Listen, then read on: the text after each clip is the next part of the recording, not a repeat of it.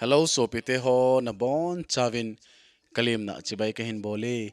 tunia jong goloi tu sim ngei ta in sei du hin hi chu hi le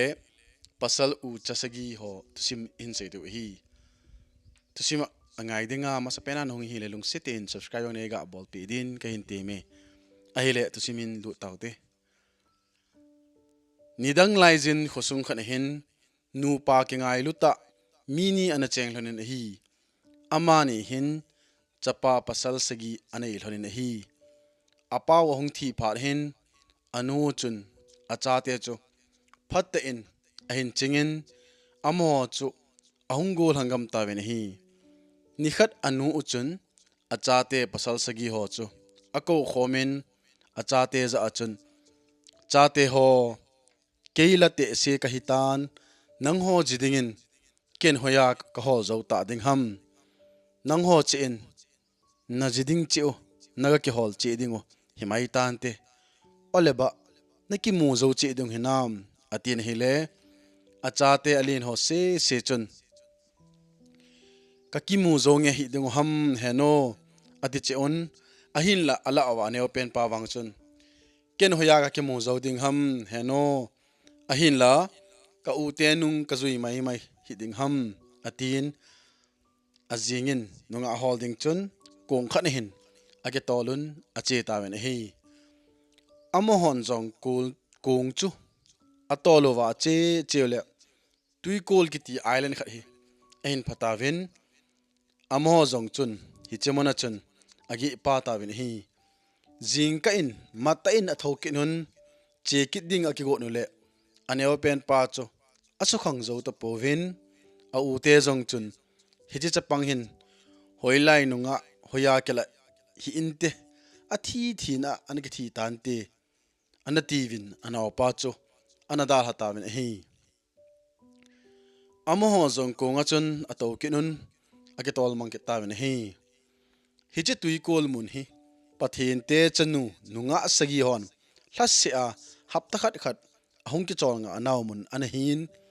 amo ho chun a in zone saw ta khat asa owa adan jong dan sagi a ki sa owa amo ho chu dan khat khat chia nunga khat khat chu an jiwa hi chini khota chun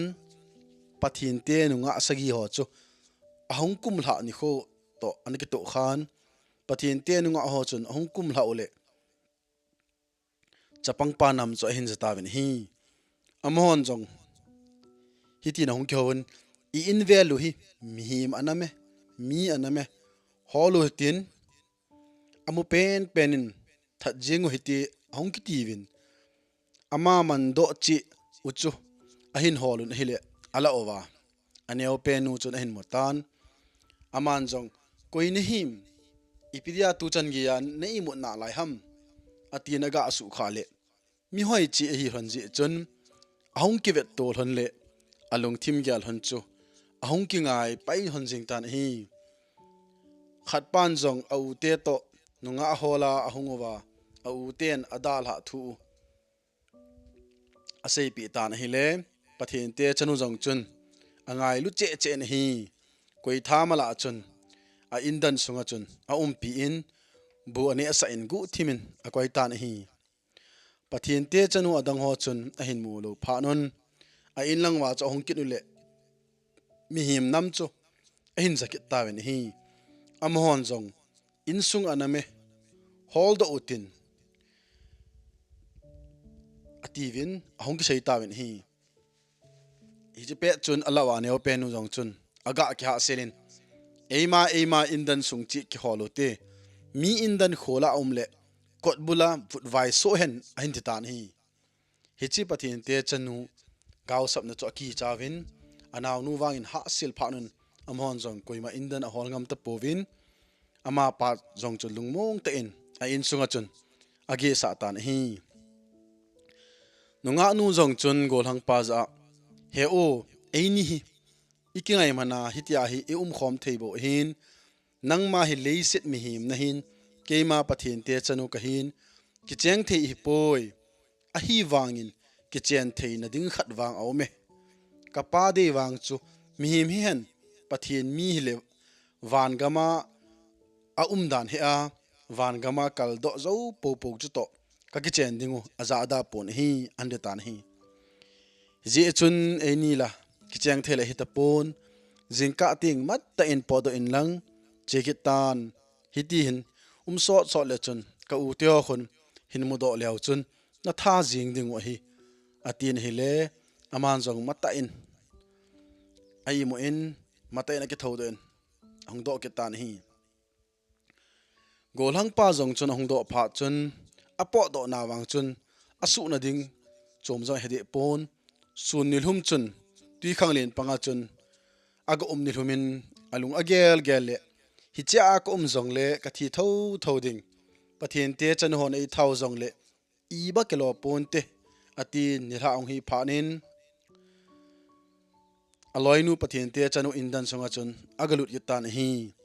nunga nu chun amu phanin he ka ti he o ipidengan hung kle ket ham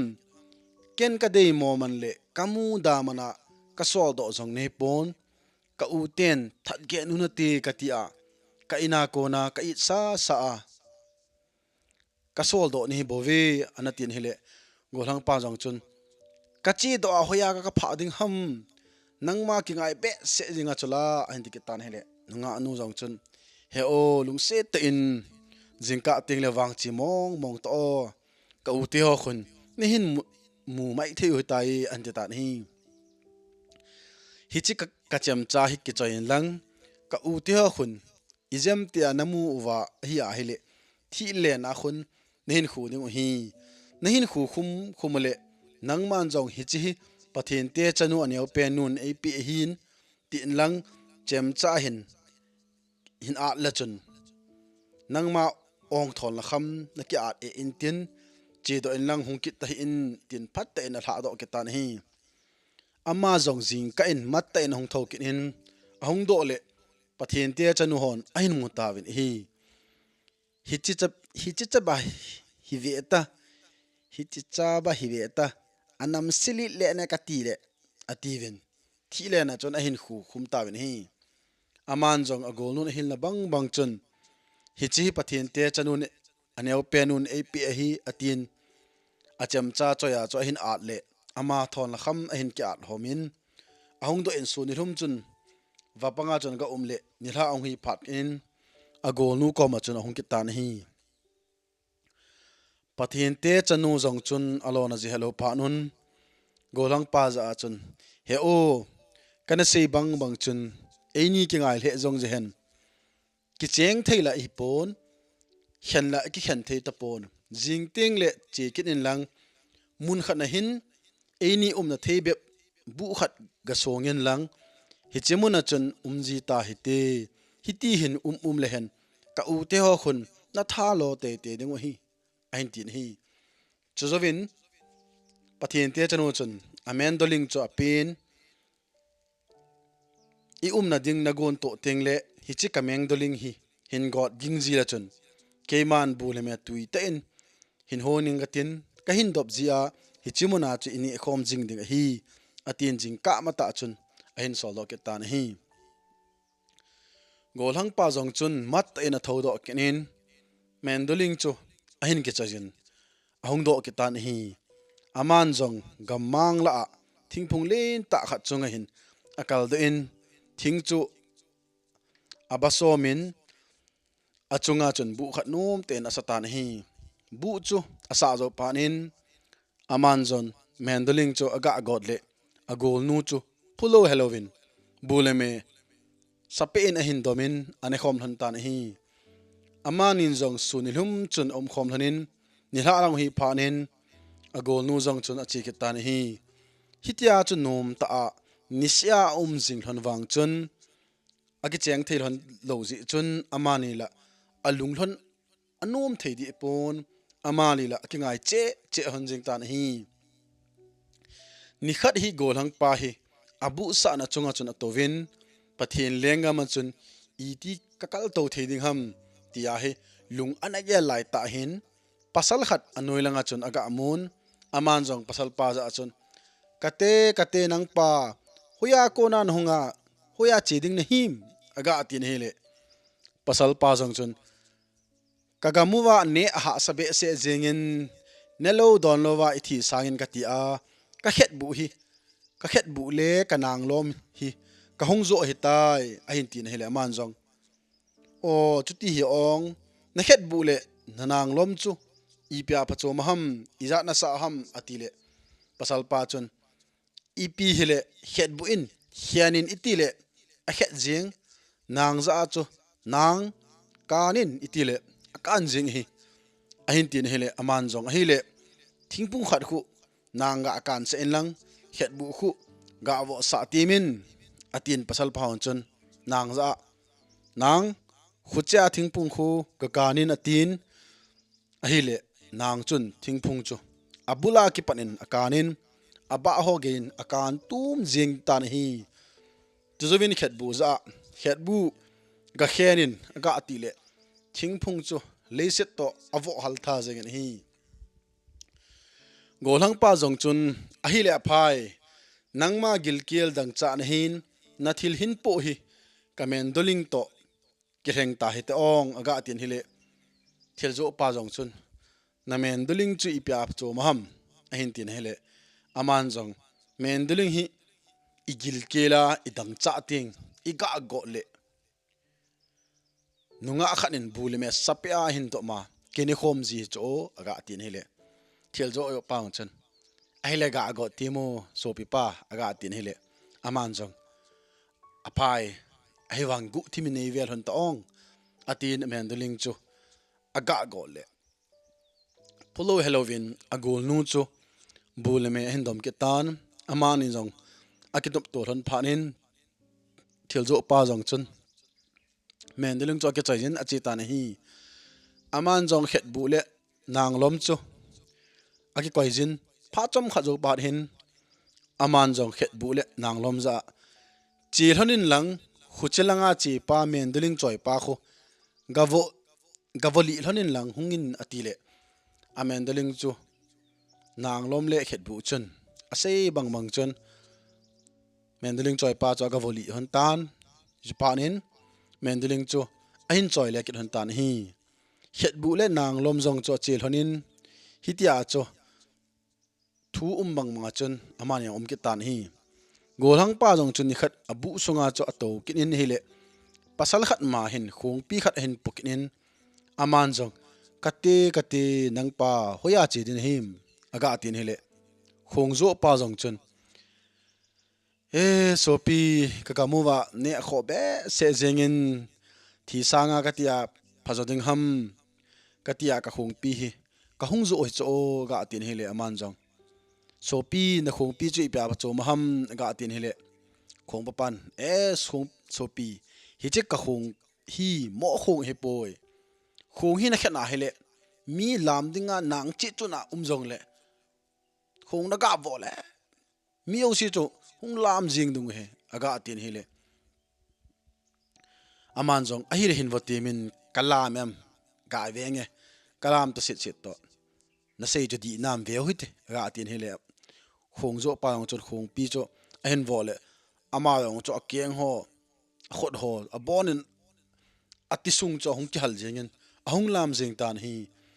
aman jong a hi le aphai so pi ngan ngan atin nangmala na gilkel dang cha na hin hichi ka choi men duling hi to kelheng ta hi tong aga atin hi le hong pi zo pa chon bu nei pi dham ki ti chu ipyam men ichi meng duling ipidham atin tin le hichi pya pa chom dong ni athei le helo an ti le aman jong hiti chun gel in hichi mo men duling hi poi mo tum ging thei ho hi poi igil kela idang cha ting le men duling hi iga go le nunga hoi ta khat bule me sapya hin do ji cho aga atin le aile na sei bang ma chun ga bolo ve tim hi te na sei chuna zo na se ham na ta na se ham ve te atin hele golang pan aphai hi wangin nang ki langa khun bu langa khun ga ki selin an tin hele chi zo chun golang pa long chun mendeling cho aga go nai le adong munu cho hong kin in bule me sape ta an choi phanin aman ni jong chun ithilo si cho chan het phanin khong pi de chun hong kheng hon tan hi chubang bangen aman jong khong pi am nei jo phanin golang pan jong nang lom le khet bu choi pa cho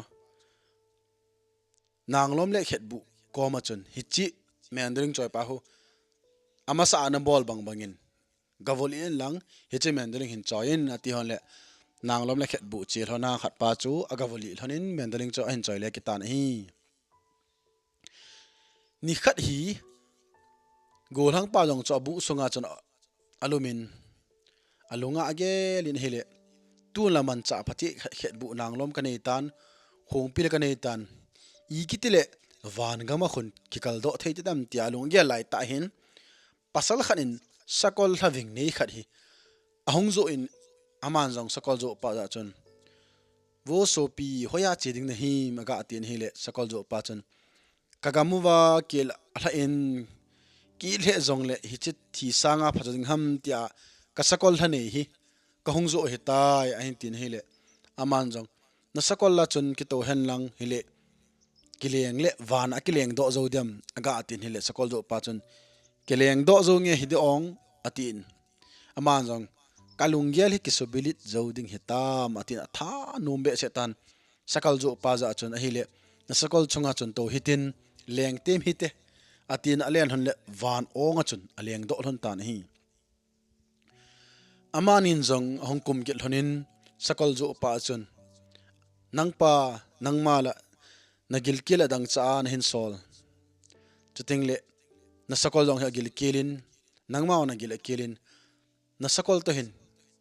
kamendolin kil heng ta hi te ong a hin tin hele sakol zo pa yong chun kigil kile cho so pi bidanga tum ging the mendrong chi pidikati dham atile ai poi so pi hichi mendeling hi mo mendeling he poi igil kel pe na igo na hile butuita sapi nunga hoi ta in ahin choi ji a kini khom ji antin hile kata san hi so pi atin hinven atin la hong ka giselo atin iti chon a mendeling za go le asai bang chon buleme tuita nunga hoi ta khanin an choi pi ketan hi che thu chan ho hi sakol having nei pa chan mu zo phanin athang asin akileng on tan hi zo phanin golang pan jong amasa pasal te ni ho abol na banga ama jong chu nang lom le khet bu chun agavoli sa in sakol having jong anei tan khung pi jong anei tan nang lom jong anei tai amanin jong hiti achun akigela hi le agol nu to kicheng theidinga a chu an hetan golang pa jong hin alung ki gelin lungnom ten abu sanga chon a penin agol nu hin kolo helin ong tan hi aman jong ipithu uma hitam ken la ka ko pon ole inati khat hitam nang chi nin nongin atile agol nu jong chun jingni khwa pat na hi kapan gol nop lo pi ta khat ni sagi ahin bol di hin hija cho ke hoyong chi lo the ke hipoi nangla na hong thelo dina cho ka hala sin ama wang ka pa thu kanel pi thelo ina chu ka che te de he o atin nang jong ka lo ka en bulme an ke hon tong atin ke gong thelo the atin maun hasate in asai tan hi nane thei na ke hola na ding hitan te tin asai chaman jang aga akilung na sana ai bi sei dam nang hoi tile na kal to ding ham kaloi nu atin hele man jang he o jing khowa wa le khun ka kal to ding hitai atin hele man jang o i ba kilo ding ham kana thi jong le nang ma mina kana thi jing hi ding ham tin alung thima chola ki pa le jingin hiti chun agi khan hon tan hi aman jong jing ka in matta ina ke thawin a khong pi a ke po in khowa ama sangin van gama chun aneleng to tan hi aman jong van gama chun hopi song galon phanin mei thai nu in khat hin agal hungin aman jong mei thai nu ka ma chun van gama chu mi ti hot iti chona ipia ke vandingu ham atin mei thai nu chu adong tan hi le mei thai nu chun chapa van gam chona chu hiti mong jong omdi poi ahin la van gama hin golwa von kiti khat omin hi chewan chu kai lang kiti a hun bazar ho khon agezu in nagi cho ding hi atin seitan hi hichi golwa von ke van lo ho chu pathin pan golwa na chuna jaw sa ji pon akai do ji tan hi atin hi hiji chun tu nang non chin lang ka ke cho loi jin atin hi le aman jong kai hanga chun a chin golwa wan chu aga ke cho in hi van golwa hong ki pat phanin pathian pan jong tua he golwa golnop ki paninga hetan ama sa pen te in chanu sagi kanejin amo ho to golnop ki pat na dingin hungla ma saw hen ka chanu ho hi ain tin hi le achanu teo cha hungla mule alam to thei ta hi be jengun ama jong alhai jelin alhun a khung pi chu aki koi chu agala in khung pi chu ain vole alam lo ho alam ho ti lo chimi zo se chu ahung lam su ke bit khan en hung lam ta wen hi pathian pan jong atha nomin aki pa be se jingin hitin en se ki tan hi kate khong pi wa pa chu thim be se jinge a khong vo chu khan en khianun lang ka chanu ne open hu ten lam hen ain ti ne hele amon jong a khong vo cha khelun achanu ago nu chu to ahung lam han tan hi pathin te chanu chu to ahung lam han pha chen agol nu chun la alung atong be se jingin leisana in dal ha agol pa chu hi sa ding chula van gama ahung kal do ding chula ta san kit bon kilola asawal jingin aman jong alung don manin alam pum pum han chen he o hoya konan hunga koi khomin hi ham tin hin dong tan hi aman jong hi che khomi kahi ga ti ding chula a kho agam hello je chun adon bu je hekete pon aman jong loi nu za phar khat le sei pi nange atin alam chai hon phanin pathin pan jong achanu za achun tuan alam pi pa chun he kha em atin hele aman jong hepa alim wang chu ka he kha mi mong mong koi hi jong ka he poi alim chu ka het wangin ama chat chul aman jong sei pon kinong ka kalung adong atin hela pathin pan jong achanu za achun golnop ibol ket pha tingole eman cha ki thene dingin chenlang gamel chin atin hi ama jong akoma aga tovin a kyolim pp in asang khol mong khat chu ahin me vom pen aga kimel chi tan hi hiti chun golnop nisagi abol chu hong ki chai phat na nin aman jong golnop abol songwa gil kel dang cha aum ding chu salanga tui ta ta in aga nen thanom ten aga zawin mata in a khong pi ke po in asakol chunga atovin anakum su kinin a na bu sunga chun ana ki tan hi agol nu jong amazi agol wa gol nup ki bol sunga chun lung kham pum pumin amazi a aga zaw chu ama jong bule me aki gonin mata in akum su ki tan hi ama jong ga thun le aloi pa jong chu aloi nu muding chu aga aki bol hem sa in kagila kile kadang che anatin anapeng jing in hi hitia aga pen za jing chu agol nu jong chun phate chan a janin bu ne sa in hi le he o nadam dam hinam ke jong gul no ma ka zawa chun nangma gen theding bo ka gelin ki pa in jong kom khapoi na hinga ka hin hom le na hinga ka hin hom le ka ki pa be se jinge atina gol pa chun ke ka tingai to na hi kana thi mai ding hitam ka ti le imazo se nang wanga kana tho zo zo ai bo beta long thimaga bol tan hi hitin a kyo lim hon le banga ki khai van gam wan chu agol nu chun en mudo tan aman jong he ka ti he o hi chi pi ho ya la ham ahin tin hele aman jong tu ta cha pasal khan in hong zo a kan ki cho hi atin hele gol nu jong chun hi chi sang khol hong zo pa zo hoi ko ma ge ti dem aga atin hele aman jong gam la pita ge hi lai jin te atin hele agol nu jong chun al hai jelin agol la aga mo zo ta pon hong kile ken hi hong kile lu phanin agol pa ko ma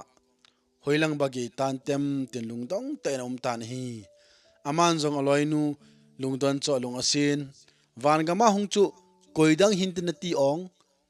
keima jong kahunga na pan jong eilam sal hon chul em ole nei ta san lo lai ham atin hele ago nu chul lungdon to thanop akop min he o nang ne hi momong le itin hu ham kata san hi be hin seo itin kal do ham wan ga ma chen aga atin le man jong ka sakol hin po a ka hong hi atin sakol having ni to avet sa in agol nu yong thanom be se en he o ke man kana sei sa chula koi hile van gama kal do thei po chu to ka ki chen the hi ti chun he chula kana ti sa chuna to ai ni jong van gama chun kal do hitin khopam khat in ki sa hitin cheng ta hiti atin kapa alung hana ei tha jong le khop khasat boy atin amani chu aki cheng hlonin van gama kal do ding chun aki hlon ta ni hi aloi pa jong chun a khet bu le anang lom chu to gu thimin aki simin a khong pi chu aki point sakol chunga chun atovin van gama chun akal do ta wen hi amani jong chun van gama chun khopam khat hin in khat aki sal honin a cheng hlon ta ni hi ni khat hi pathin te chanu chun aloi pa za tunin keima ka pa ko ma ching ting iki chen thu ka sei tangi atin chetan ama nu chun apa ko ma hepa nalung dei ta chon dinga kelom ta chu ka hin a hin na chanu hin nalung ka to zo lo a hi ta zong le na chanu ka hin na lo num nei lo thei ding hin hizia chu nangma ko ma ngai dam thuma khong hitai na chanu ka hin na lo lum nei lo tan ati chu ga gela apa jong chun alung ase en ngai dam chu an ngai dam tan hi apa na sei cho hepa he chanu na sei kati hi hepa khatwia golop lo pi ta an hin bol ni kho a khung pi wa pa ne nam nangin jong nilam khom sa pa chu to kichang hon ta na ti chuna amma chu le sit mi him a hi ama hin sakol having ane ya hitia ko na hi hungleng to wa keimu nom ji a chu van gam wan an ki fana hunga eilam khom pia nangin jong nevet nom na lung sit pa chu to khani kichang hon tai ati na hi le ama chu le hepa le sit mi hin hepa na chanu hi na lung to lo wa ne ge la nu han jong le nei tha jengin atina pa ko ma chun aga taw tan hi pathin pa jong chun lung han mala in alung dong tan hi le leisit mihim khat I ati le ipi tha hat na ne za van gama hungkal do theya ka chanu hi to hungki cheng the ham ti hin agelin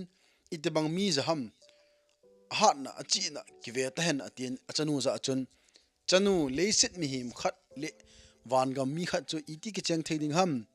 ahin la na ki chen thonding a hi ta le a ki cheng sa chu ke na pa hi jong leng I kalo ding ham aphai che kin nang na ji pa ka tu pa chu hin solin alio mel jong ke nomin ki holim thoninge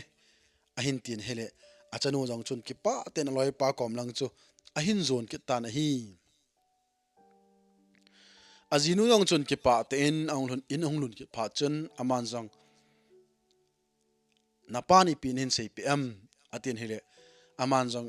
anulung hang le jing ding ham ka ti le I ma bon sei pon ahin ama chun katupa chu kamu nu mi hin solin ki hol him honinge atin nakachi dingin phante atin hele azing kho hungwa phanin aloi pa jong chu pathin pa ko ma chun aga chi tan ama jong pathin pa ko ma thun phanin pathin pan jong tupa nangma hile sit mi him nehin I ati le van gama chun hungkal to jing ham kalung adong lenge atin hi keyu hi pathin te ka hiwin aki cheng theding le akela to theding e povin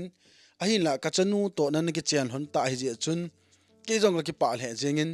tua la alung mong ta na hlona ne in chen al handing hi ji in tupa jing ting le chen lang ka tuikul pukhre a khun tui khat tui tham khat hinlan kadon khalo hitan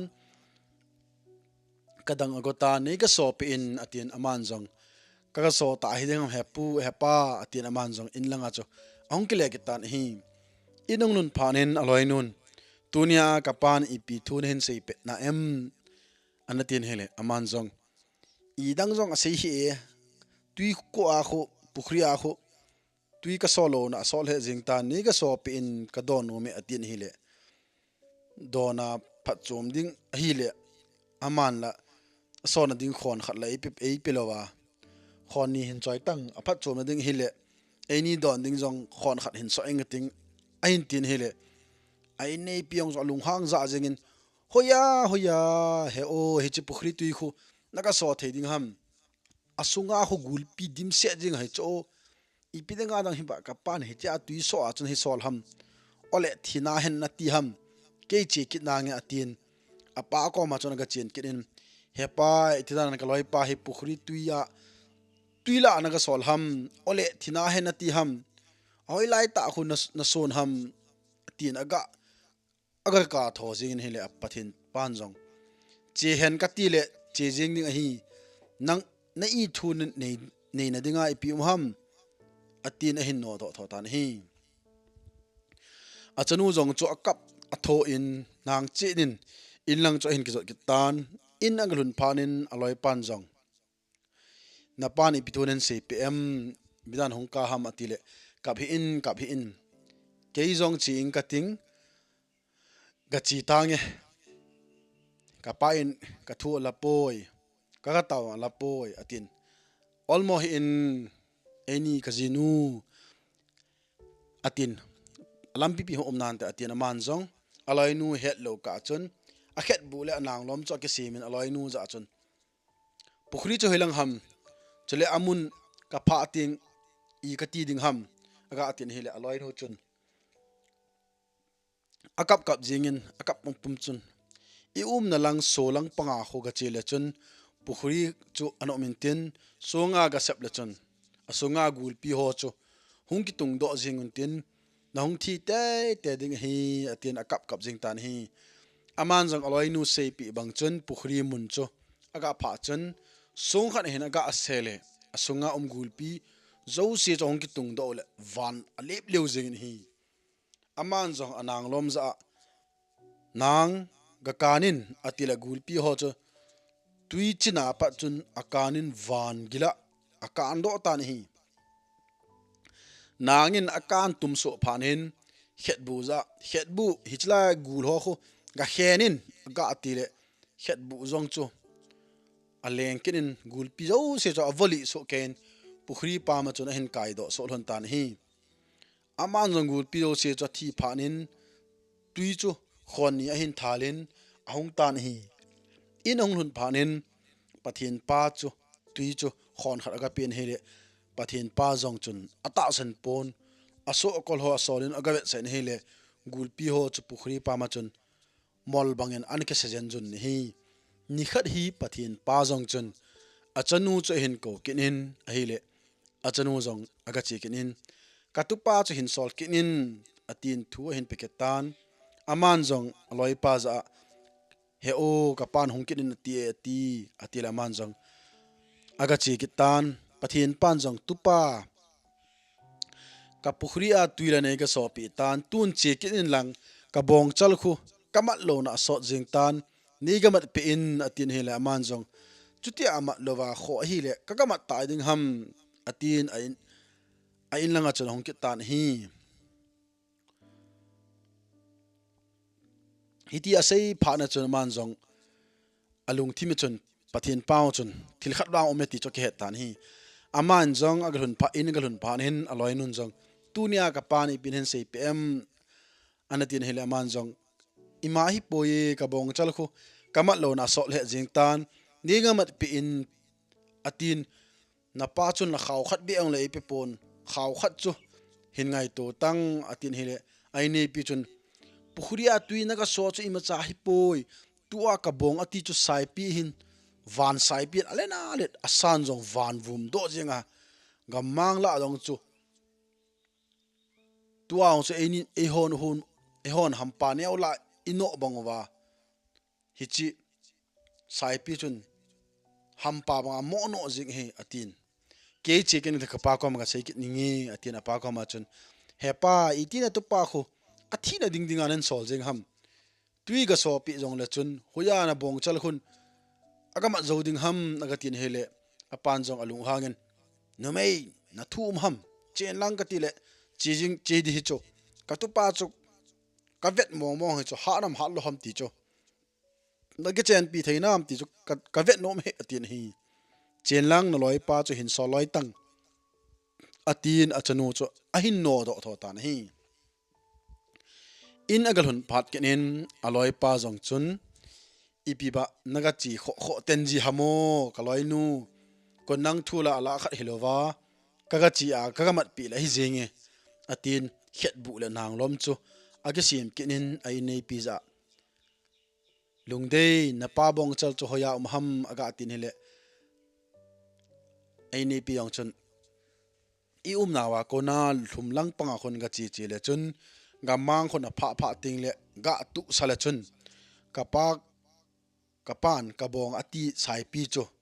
van gam sai pi chu hung thlai jin tin gam mang thing pi la chun a hin no pe ding nangma hu sat na lang chu a hin del jing dang a hi ati tan hi aman zong ai nei pin a hil na gam mang lang chu a hin zon tan aman zong gam mang a pha pha chun aga tu sa le van gam sai pi chu hung pengin aung hlai tan hi ama ko ba hin pha pha chun aman zong a het bu a solin aga vo sa le chupang lin pi sai pi van vu ma am chu angai tul tulin aman zong sai pi chu aga tham le alung halo phanin sai pi ong chu avo nang chi na chu mo ngoi do jeng dan hi ai nei pin akai na ding pat khaw asa pe chu sai pi mol chun ale chun hi wangin pa lung zo ta pon aman zong gam khaw sau ta kha chu aga sa nin ahin hit in sai pi chu ama sai pi chu hong tovin pathin pai in lang chu ahin zon tan hi aman zong van gam sai pi chu te bi pi chu pathin pa khopia ahin kai lut pha chun a khopi sung chula a chon se gam tan agam sunga mi zo se chun apa chawin alung zong dong thei le jingun hi pathin pa jong chun khopi sunga sai pin a chut se jen jung ta jing wangin alung han ji jong la heta pon atupa za nangman kagam sunga kaki chat pen pen kapukhria tuine ga thal pe in mi pi ten agin pe nu gul pi ho jong naga that gam tan abana ka sai chal ne ga kailut pe in kagam sung mi ten aki chat pe nu ka tul pi sunga sai pi hiti pi hi ngoi chena ala thejing hi kavet le van ga mi hon jong azolo leisit mi him ni wanga na zo su ken ka ki pa he zengen ka chanu to ki cheng thei mong mong he to pa tua he ke man atha bia golwa lo pi ta ka bol pi kil hona nang ni jong leisit mi him na hi hon ji a leisit na kile su kil hon ding hitai atin golwa lo pi ta in a bol pi kitan pathin pan jong achanu ne pen nu cho golwa lo pi ding en bol pi pha chun a u te nu nga gup ho pi cho athangu asetawin amahon thading ma ding anago do cho agel da on akisi le jing tawin hi pathin pan golwa lo pi ta hin bol pi zo hon phanin ama ni jong chu leisana ong kum thakil hon tan hi ama ni jong leisana pathin te chanu hon in akisa indan chun om hon le ni khat hi pasal pa u te ho nunga hola chi ho pi cho hi chu tui ko mona chun ahung kit kinga kit tawin nunga khat chala hin ki mu zo powin hitia ahung kile kit phat hin amani ko ma chun ahung lung kit tawin hi le amhon jong hi chi chapang anakithin ante ati pau chun nunga khoi ta khat anki chen pi in athango asin azinu cho ade cha pi gam kit tawin hi anaw pa in nei pi jong chun au te ho chan cho ven he alung asin amhon jong au te ho za he u te ho nang ho jong pasal sagi ni hevin ke ho jong nunga sagi ke hevin na phat sau hi le ke ma wan gama kal towing ka ting ka u te ho gapui ha ing ting ki cheng ta wa ong ga tin hele au te ho pi cho thaunom be se jingin a ki chen ka la cho anga lelun anaw nu za jingjong te in tu in chin lang na u te ho cho gapui jin ati na sol ta hi anaw nu zong chun van gama kal towin apa ko ma thil dan zo se pi tan akingai lu ron je in van gam chon dan hilo wangin au ten nga gu bo pi chu aga pui le in aga chang ding chun ahum tawin hi am ho zong akidei thei le jengun akingai thei le jengun ahi wangin ala owalin pen pa chun anaw aneo pen pa in nei pi chu adei cha je chun hitin en seitan hi aneo pen le alin pen ki cheng hen aneo alin pen le aneo pen ki cheng hen ahin ti tan hi adang se chun hoya he o chutia pi hoya phading ham alin pen ki cheng in ting aneo pen iki chenova ki lung seta i chen khom ding phalo ham ahin ti chi phanun o pawin jong anil thei te pon ahong ki cheng tawen hi pha chom kha zo hin pathin te chan ho chun ki ho van gama kal to kit ngatin van pat he ka pula wing kating hi chi ko ma chun a khopi khat se moi tin nom te en leng bangin cheng taw hi ti ong ativin van gama akal to win apa ko ma phathin ki thumin van pat he ka pulawin pat he chun ajit he owa gam hungin atiule pat he to ko ma chun gam len ta hong ki tol jing jungin abanin pat he cho he kenun khopinom ta sum ngai chat zo siu cho he owa gan cho ho angai chat dong ne mihim ho so la ka ngai chat dong mi yo se cho angai chat zo siu cho pat he chun hin pitan hiti chon moi leng len ta khopi len ta sim da un nom te en ki ngai lu te na chengun tusim hi chanin ki chai tai tusima ko nai sei do num chu hi le se na hung pin do la hi khatwia hi thil lo si hi aphading poi khonung le thil pha e bol pe ding pathin in e bol pe ding a ume ti jong hi he do hin min a pha changdenga eima denga thil se ngai to wanga hi eima kita pole idinga thil pha khonunga lopi ta e chan deu ti chu a ume ti jong he deu hi tusim hi chana ne ngai pe je un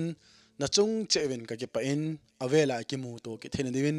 ana subscribe lo hon zong lung se ten subscribe ne bol pe min lang muntina ka so pi ka sangam loila gol zo se dam se un lang ikimu to ki thene diwin sun tin chibai jan tin mangpha